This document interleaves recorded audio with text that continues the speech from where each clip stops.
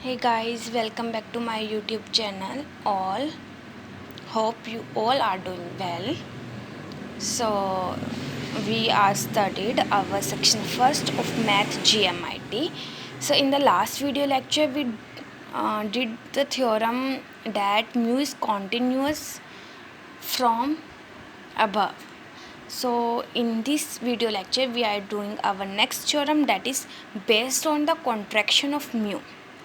So before the theorem we have to know about contraction of mu. So first we do the definition of contraction of mu, right? So let's get started our video. So definition देखते हैं. Let f be a fixed set in R. हमें f कोई fixed set दिया है in R. Then we define a set function. तब हम एक set function define करेंगे that is mu f on R. कैसे? Mu f from R to E such that जब म्यू एफ मेरा अप्लाई होता है on E it gives us mu f intersection E. Right, जब म्यू एफ मेरा किसी set पे अप्लाई होता है तो वो हमें क्या देता है? F intersection that set. यहाँ पे सेट क्या लिया है हमने? ई. तो इस सेट फंक्शन म्यू एफ को हम क्या बोलेंगे? Contraction of mu o f. So इस पे बेस थ्योरम देखते हैं. If mu F is is the contraction of mu. अगर म्यू एफ मेरी कॉन्ट्रैक्शन है म्यू की by a fixed set f in R, then mu f is a measure. First we have to prove that mu f is a measure. Second क्या है कि अगर हमें further given है कि mu f मेरा फाइनाइट है then we have to prove that mu f is also finite. So statement समझ आ गई होगी. इसका प्रूफ स्टार्ट करते हैं. तो प्रूफ क्या कहता है? प्रूफ स्टार्ट करने से पहले हमने ये अपने माइंड में रखना है कि हमें प्रूफ क्या क्या करना है. फर्स्ट वन हमें क्या प्रूव करना है कि म्यू एफ मेरा क्या है?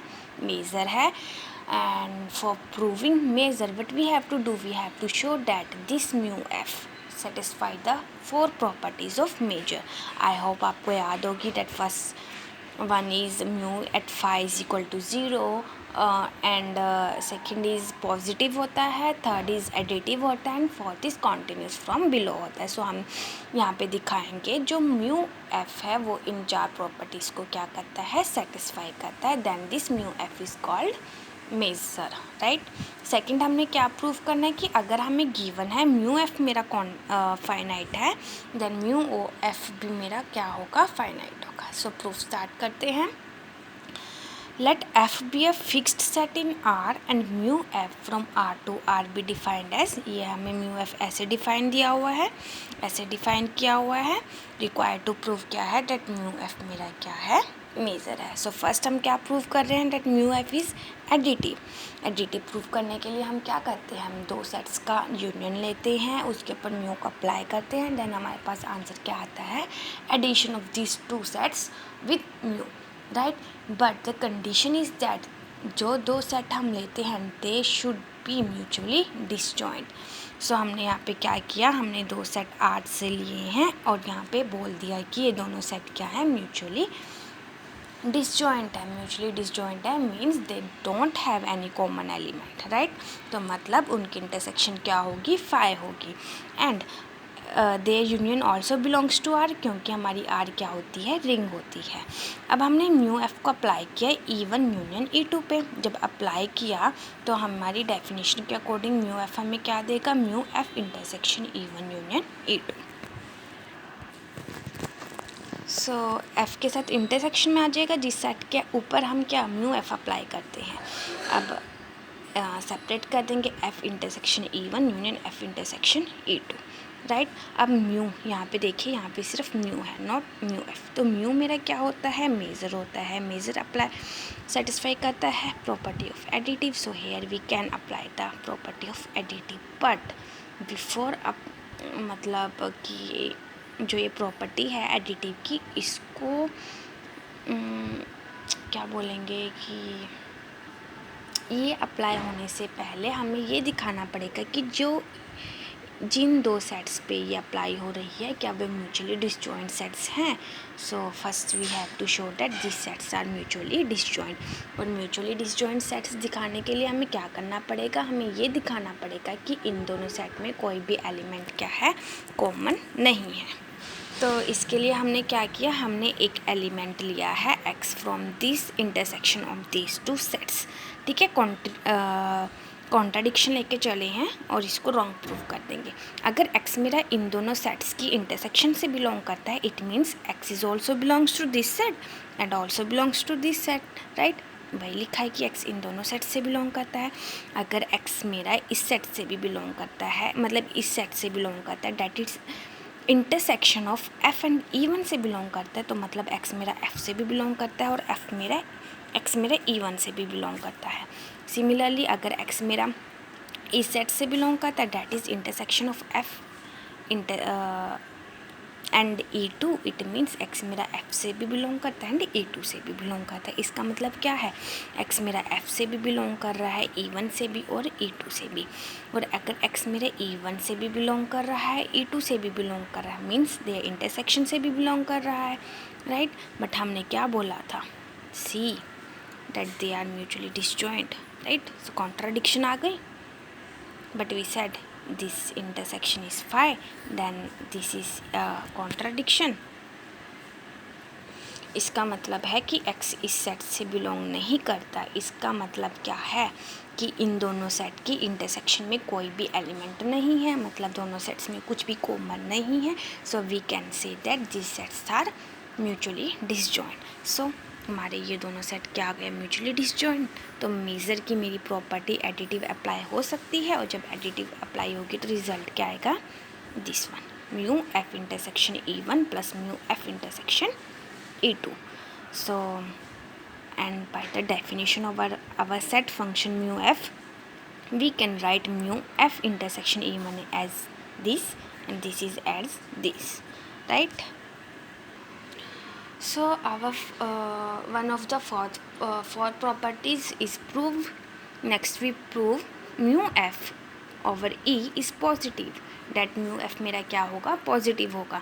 So E belongs to R, when we applied mu f over E, what we have by the definition of our set function mu f intersection E। अब see here we have only mu, and mu is a measure, and by the definition of measure or the property of measure, mu is always positive, right। So mu of f intersection E is also positive, that is greater than 0, or if this is greater than 0 then this is also greater than 0। So here we prove that mu f is positive, right। Next is mu f over phi is equal to 0। So mu f over phi can be written as mu f intersection phi by the definition of our set function, which is equal to mu phi। कैसे कि किसी भी set की intersection अगर हम phi के साथ लेते हैं तो क्या आती है, phi आती है। And mu is the measure and mu over phi is equal to 0। if right hand side is equal to 0, then left hand side also equal to 0। so यहाँ से हमारा क्या आ गया, mu f over E over phi is equal to 0। so third मतलब हमारी 3 property satisfy हो गई है। So fourth and the most important property, that mu f is continuous from below। now we prove this one, okay। so we prove that mu f is continuous from below। इसके लिए हम क्या करते हैं, we want increasing sequence, right. So हमने En क्या ली है, एक इंक्रीजिंग सीक्वेंस ली है whose union also belongs to R, and En converges to E। we have to prove that mu f En also converges to mu f E, right। now consider mu f E, which can be written as mu E intersection f, right, by the definition of our set function। ठीक है, अब En मेरा converge कर रहा है E पे, that is की ले लीजिए या फिर एज E1 मेरी इंक्रीजिंग सीक्वेंस है, En मेरी इंक्रीजिंग सीक्वेंस है, so we can write our sequence as E1 is contained in E2, E2 is contained in E3 up to so on. Now we take the intersection of F with every set, so we can write it as, okay, it means F intersection En is also an increasing sequence. Okay, now we find F intersection E.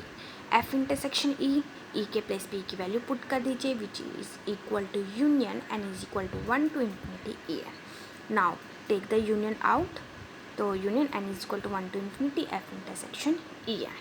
Okay, and F intersection E n. So यहाँ से हम देख सकते हैं कि F intersection E is equal to union n is equal to 1 to infinity F intersection E N. It means F intersection En is an increasing sequence whose union is F intersection E. That means F intersection En converges to F intersection E. Okay, so यहाँ से हम कह सकते हैं कि हमारे पास एक sequence आ गई है जो इंक्रीजिंग सीक्वेंस है, जिसका यूनियन भी हमारी डोमेन से बिलोंग कर रहा है. So we can apply the property of measure that is continuous from below. Okay, so mu, अगर F intersection En converges to F intersection E, then applying the mu, we have mu F intersection En converges to mu F intersection En, and we can write this as this by the definition of our set function. So यहाँ से मेरे पास क्या आ गया कि mu F in En converges to mu F E, that is mu F is continuous from below, right? So हमारी all the four properties are satisfied, so we can say that mu f is measure. Now further हमें क्या दिया था कि अगर mu f मेरा finite है, so we have to show that mu f also finite. Okay, now we prove that mu f is finite. Measure if mu f is finite. Okay, so mu f over E can be written as mu f intersection E. Okay, E intersection F is contained in F because we know that the intersection of two sets are contained in those both sets, है ना, कि अगर हम E intersection F ले रहे हैं तो वो E में भी contain होगा and F में भी. So यहाँ for our proof we take F. Okay, so thus mu F E is less than infinity for all E belongs to R. कैसे? क्योंकि म्यू ऑफ एफ इंटरसेक्शन ई के equal है mu F E, and this set is contained in F, then mu of F intersection E less than equal to mu f is less than infinity, so this is also less than infinity. If this is less than infinity, so from this equation this is less than infinity, right? So यहाँ से मेरा क्या क्या mu f is finite measure. So I hope आप सबको ये theorem बहुत अच्छे से समझ आई होगी. If you have any doubt, you can ask me in my Telegram group, and if you like the video, please like, share and subscribe. Thank you.